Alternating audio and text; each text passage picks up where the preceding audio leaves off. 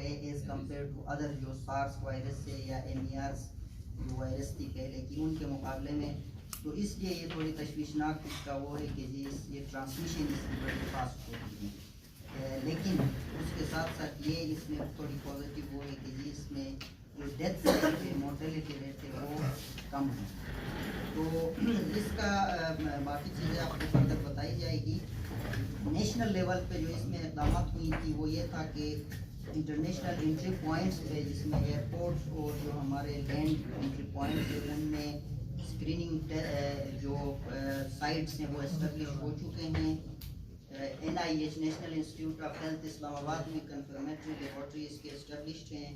جو NIH سے SOPs اور گائیڈ لائنس ہمیں بھی ان کی طرف سے آتی ہے کیونکہ یہ سینٹرلی SOPs اس کی بنتی ہیں اور تمام پروونسز کے ساتھ شیئر ہوتی ہے. HOs یا سب آفیسز ہیں سب کو کنوے کیے ہیں.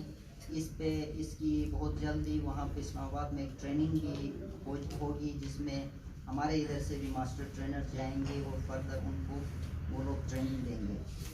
اس کے علاوہ جو یہاں پہ گلگت بلتستان لیول پہ جو ہمارے اقدامات ہیں اس جو ministry of national health regulation and cooperation NIH اور سینٹرل ہم نے اپنی اسٹرینتھ کو دیکھ لی کہ اس چیز سے ہمیں لڑنے کے لیے ہمارے پاس ہماری اسٹرینتھ کیا ہے اور ہماری ویکنیسز کیا ہے اور ہماری کیا اپرچونیٹی سے ہم کیا کر سکتے ہیں.